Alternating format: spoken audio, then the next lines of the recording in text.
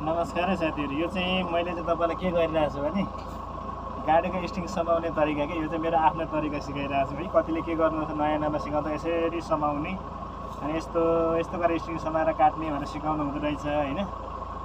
सबैको आफ्नो आफ्नै तरिका हुँदो रहेछ हुन चाहिँ कि। र अब मैले चाहिँ प्रायः गरेर टर्निङतिर काट्नु पऱ्यो भने यो काट्दै कि यसरी काट्छु होइन, यसरी काटिरहेको हुन्छु। अनि कहीँ मात्र अनि कसैले त्यसरी काट्दा यसरी पनि गर्नुहुँदो रहेछ, कसैले पनि यो चाहिँ खापाले त अलिक नगर्नु भन्ने कुरा छ।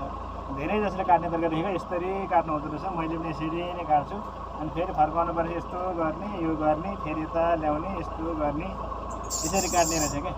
यो मध्येमा तपाईँहरूको चाहिँ कुन तरिका छ, तपाईँलाई सबैभन्दा बेस्ट कुन लाग्यो भन्नु त सिक्दाखेरि चाहिँ सबैभन्दा यही भयो, यसरी नै गर्ने बिस्तारै यसरी काट्ने हो कि सिक्ने क्रममा चाहिँ यो सजिलो हुँदो रहेछ। तपाईँलाई कस्तो लागेको छ यो सेयर गर्नु होला, तपाईँले आफ्नो तरिकासँग सिकाउनु होला। मैले सिकाएको होइन है, फेरि सिक्नको लागि पनि हो नि। तपाईँहरूसँग पनि सुझाव दिनु होला भनेर है त। हस् त, धन्यवाद।